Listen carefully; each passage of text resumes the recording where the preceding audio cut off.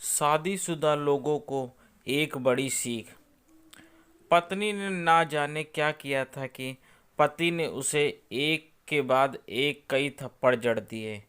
हमेशा हर सिचुएशन शांति से हैंडल करने वाली पत्नी भी इस बार इतनी अशांत हो उठी कि उसने अपनी चप्पल ही निकाल कर पति की ओर दे फेंकी। चप्पल पति को बालों को छूते हुए निकल गई। ये किस्सा यहीं खत्म हो सकता था, मगर पति ने इसे अपनी मर्दानगी का विषय बना लिया और बात बद से बदतर होती चली गई। रिश्तेदारों ने भी आग में घी का काम किया। किसी ने कहा, जो औरत अपने पति को चप्पल से मार सकती है वो ना ही तो वफादार हो सकती है और ना ही पतिव्रता। ऐसी औरत परिवार ही नहीं पूरे समाज पर कलंक की तरह है। बीवी के पक्ष वाले कहाँ पीछे रहने वाले थे। किसी ने कहा, 21वीं सदी में भी जो स्त्री के साथ मारपीट करते हैं उन्हें तो जेल भेज देना चाहिए। तो कोई कहता, जरूर उसको कोई और पसंद आ गई होगी, इसलिए अब पत्नी से मारपीट करने लगा है। बात कोर्ट तक पहुंच गई। दोनों पक्षों ने एक दूसरे के खिलाफ केस फाइल कर दिया। पति ने चरित्रहीन होने का तो पत्नी ने दहेज और शारीरिक उत्पीड़न का आरोप लगाया। 2 वर्षों से अधिक समय के लिए केस चला था। इन 2 वर्षों के दौरान दोनों पति पत्नी अलग अलग रहे थे। इन 2 वर्षों के दौरान दोनों पक्षों के समर्थकों की संख्या कम हो गई थी। पहले जहां दोनों पक्षों में समर्थकों का समूह होता था, अब गिने चुने लोग रह गए थे। पति और पत्नी दोनों की आर्थिक स्थिति भी इस समय के दौरान नीचे गिर चुकी थी। जिन्हें वे अपना शुभचिंतक समझ रहे थे, पैसों की बात आते ही उन्होंने भी अपना पलड़ा झाड़ लिया था। अगर कोई देने को राजी भी हुआ तो मोटे ब्याज की शर्त पर। आखिरकार वही हुआ जो सब चाहते थे, डाइवोर्स। हर कोई खुश था। दोनों पक्षों के रिश्तेदार, उनके माता पिता और दोनों के वकील। लेकिन 5 की सुखद शादी और एक सुंदर बेटी होने के बाद मिले इस डाइवोर्स से पत्नी मूक थी और पति शांत।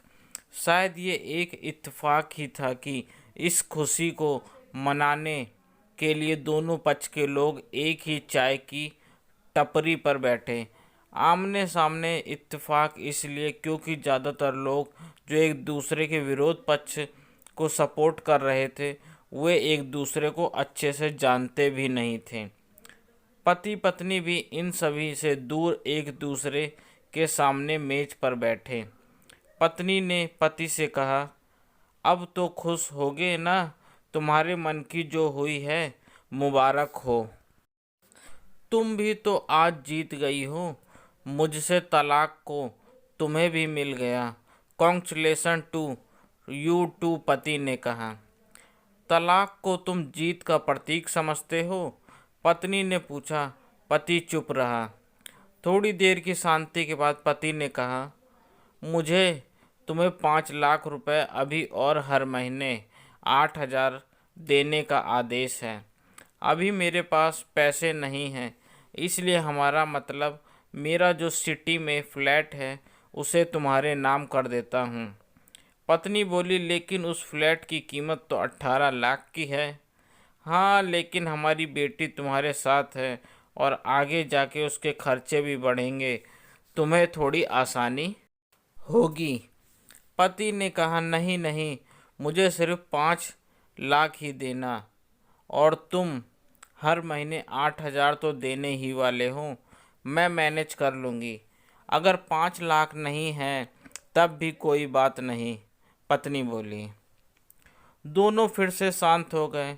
पति सोचने लगा, कितनी भोली और समझदार है ये औरत, जो कुछ समय पहले तक मेरी पत्नी थी और अब अनजान। ये वही है जो कम से कम खर्चे में घर चलाती और पैसे बचाकर मेरे जन्मदिन और बर्थडे पर हमेशा मेरे लिए नए कपड़े खरीद लाती। कभी बीमार भी हो जाती तो पैसे बचाने के लिए मुझे मालूम ना होने देती और घरेलू नुस्खों से अपना इलाज कर लेती।